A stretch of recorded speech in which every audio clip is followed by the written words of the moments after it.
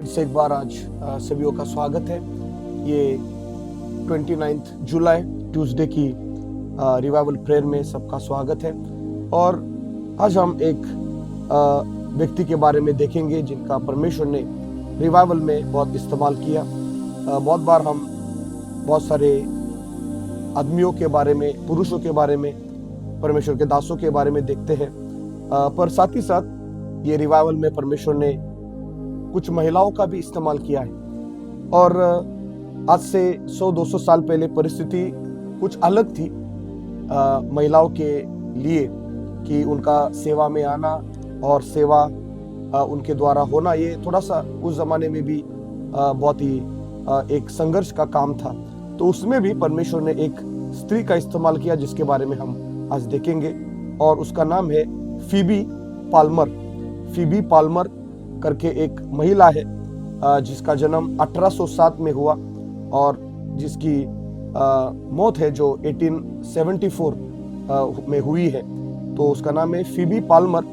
और ये जो महिला थी वो परमेश्वर ने उसको उस समय में अपने पति के साथ बहुत बड़ा इस्तेमाल किया। वो एक सुसमाचार प्रचारक थी, इवेंजलिस्ट थी, एक लेखिका थी और साथ ही साथ रिवाइवलिस्ट थी, बेदारी लाने वाली, और एक थियोलॉजन यानी कि परमेश्वर का वचन का पढ़ाई करने वाली, ऐसे वो महिला थी। खास करके परमेश्वर ने उस समय में एक मूवमेंट चालू था, जैसे कि कुछ दिनों पहले हमने देखा था कि हीलिंग मूवमेंट था, है ना, वर्ड ऑफ फेथ मूवमेंट था, ग्रेस मूवमेंट था। तो उस समय एक मूवमेंट था या एक बहुत बड़ा ऐसा कार्य चालू था, वो था होलीनेस, पवित्रता।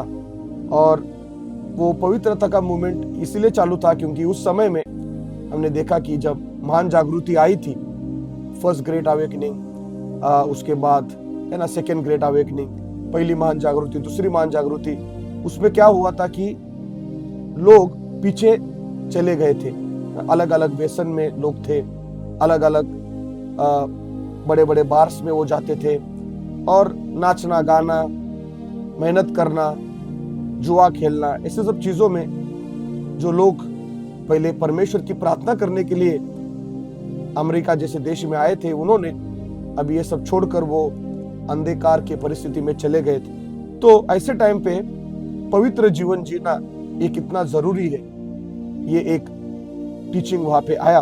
और बहुत सारे प्रभु के दासों के साथ ना इसने भी वो होलीनेस मूवमेंट कि हमें पवित्र जीवन जीना है, ये बताना चालू किया।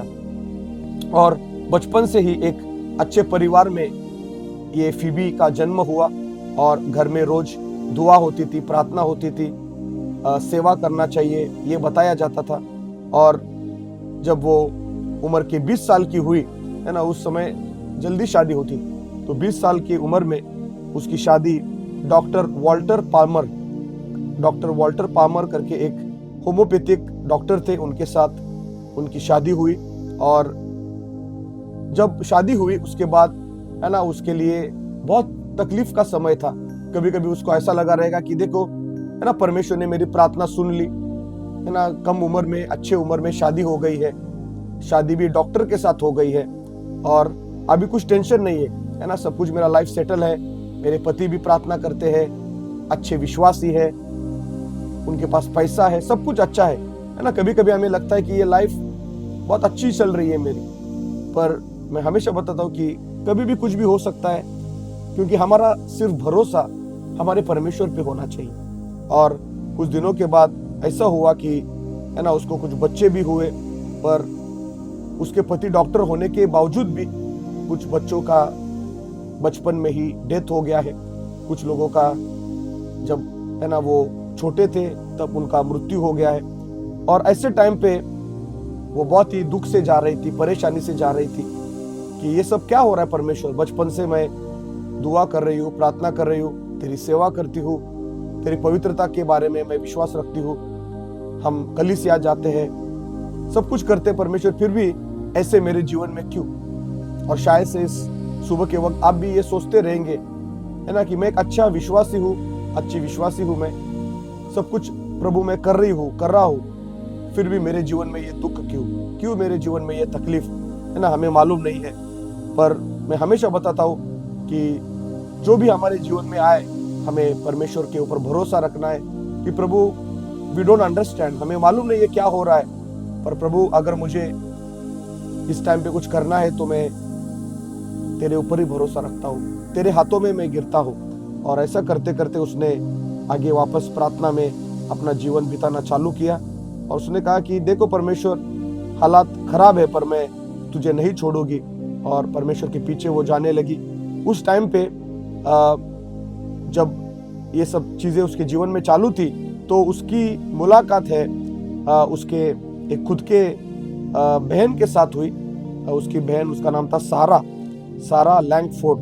तो उसने अपने घर में क्या किया था, एक अपने कलीसिया में उसने एक वीकली प्रेयर चालू की थी। वीकली प्रेयर मतलब हफ्ते में एक प्रार्थना उसने चालू की थी और वहां पे खास करके लेडीज या जो महिलाएं हैं वही उस प्रेयर को जाती थी। तो ये जब ये फीबी ने सुना तो वो बहुत प्रभावित हो गई। एक महिला ने एक प्रार्थना चालू की है तो उसने अपने पति से पूछा और कहा कि हमारे घर में हम एक प्रार्थना चालू करेंगे।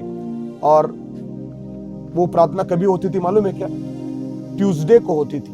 देखो आज ट्यूसडे में हम लोग प्रार्थना के लिए इकट्ठा हुए हैं, पर 1800 के समय में इस महिला ने, फीबी ने, एक ट्यूसडे मीटिंग ऑफ होलीनेस मतलब पवित्रता की मंगलवार की प्रार्थना इसको शुरू किया अपने घर में।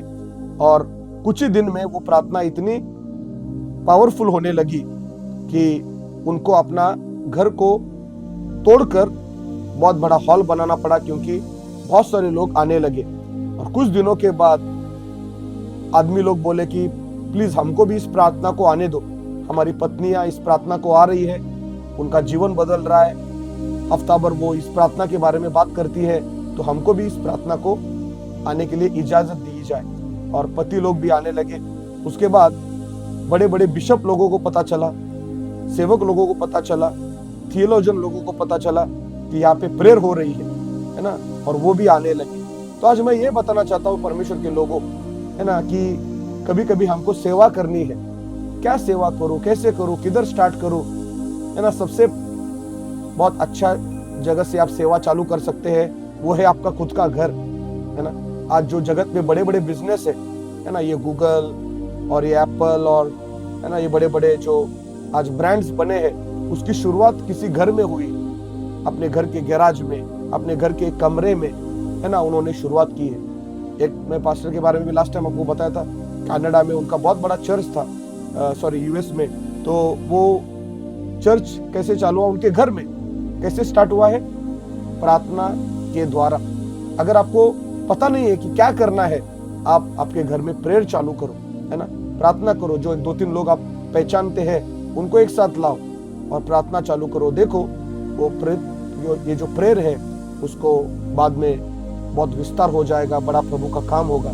तो एक ट्यूसडे होलीनेस प्रेयर उसने स्टार्ट किया और वो प्रेयर इतनी पावरफुल हो गई कि बहुत सारे लोग वहाँ पे आने लगे और बहुत सारी जगह पे वो प्रार्थना स्टार्ट हुई है।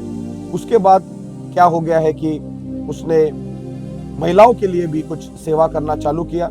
1850 में उसने क्या किया है, न्यूयॉर्क, अमेरिका के एक न्यूयॉर्क में एरिया में जहाँ पे बहुत सारे गुंडागर्दी चालू थी, ड्रग्स चालू था, वहाँ पे उसने क्या किया है, एक सेवाभावी संस्था स्टार्ट की है, सोशल वर्क उसने स्टार्ट किया है। गरीबों की वो लोग सुधी लेने लगे। और उसके बाद साथ ही साथ उसको एक लड़की भी हुई और वो लड़की के लिए भी उन्होंने बहुत उसको प्रभु में बढ़ाया, उसके ऊपर बहुत अच्छे संस्कार किए। और उसके बेटी का नाम था फीबी नैप, माँ के जैसा उसने नाम रखा, फीबी नैप। और वो जो लड़की है आगे जाकर उसने क्या किया है मालूम है? जो एक फेमस गाना है, आप सबको मालूम है, हम लोग गाते हैं, है ना, blessed assurance Jesus is mine, है ना, blessed assurance Jesus is mine. वो जो हिम है ना, फ्रैनी क्रॉस्बी, एक जो अंधी महिला थी, उसने ये गाना लिखा। उसको ये गाना कंपोज करने में, उसको ट्यून देने में इस फीबी नैप ने क्या किया है, मदद की है। और तभी से 200-300 साल ये गाना हर एक कलीसिया में गाया जाता है, और ये गाने की वजह से this is my story, this is my song, है ना, बहुत सारे लोगों का जीवन बदल गया है। तो कहना मैं ये चाहता हूँ कि भले हमारी शुरुआत कभी कभी खराब होती है, पर हमें गिव अप नहीं करना है, और परमेश्वर ने इसका बहुत इस्तेमाल किया। वो एक इवेंजलिस्ट थी, सुसमाचार प्रचारक थी वो, और उसके पति जाकर अलग जगह पे रिवाइवल मीटिंग्स लेते थे, और हजारों की संख्या में लोग आते थे, उनका उद्धार होता था, लोगों को पवित्रता में वो बढ़ा रहे थे। होलीनेस मूवमेंट को उसने स्टार्ट किया। साथ ही साथ Tuesday prayer meeting, holiness meeting, मंगलवार की प्रार्थना सभा को उसने स्टार्ट किया, जहाँ पे बहुत सारे लोग आने लगे। साथ ही साथ अपने आखिरी दिनों में उसने किताबें लिखना चालू किया। उसका एक किताब का नाम था द वे ऑफ होलीनेस, पवित्रता का मार्ग। उसने एक किताब लिखा है, और बाद में और भी कुछ छोटे छोटे आर्टिकल्स उसने लिखना चालू किया, मैगजीन्स बनाना चालू किया, और उसका प्रभाव ये हो गया कि बाद में एक प्रेयर मूवमेंट चालू हुआ, जिसको बोला है layman's prayer revival. Layman's prayer revival मतलब कलीसिया के जो मेंबर्स लोग हैं उनकी प्रार्थना होने लगी न्यूयॉर्क में, और बाद में उसके बारे में भी हम लोग देखेंगे कि जहाँ पे हजारों बिजनेसमैन दोपहर को 12 बजे लंच ब्रेक में आकर प्रार्थना करने लगे। देखो, एक महिला आज से 200-250 साल पहले एक कदम उठाती है और परमेश्वर उसको प्रभावित करने लगता है, उसके द्वारा बहुत सारे लोगों को टच करने लगता है, बहुत सारे लोग प्रभु में आने लगते हैं। और लास्ट चीज बताना चाहता हूँ कि इस महिला के द्वारा बहुत सारे दूसरे भी महिला प्रभावित हुई, जिसका नाम है कैथरीन बूथ। आपको मालूम है ना, जो साल्वेशन आर्मी है उसकी जो फाउंडर है, उनकी पत्नी कैथरीन बूथ, वो इसके जीवन से प्रभावित हो गई। हैना स्मिथ करके एक प्रभु की सेविका थी, वो उससे प्रभावित हुई। और बहुत सारे उस जमाने में बड़े बड़े ऑर्गेनाइजेशन थे, जैसे कि चर्च ऑफ नाजरीन, Salvation Army, Pentecostal holiness church, ये सब इस महिला से प्रभावित हुए।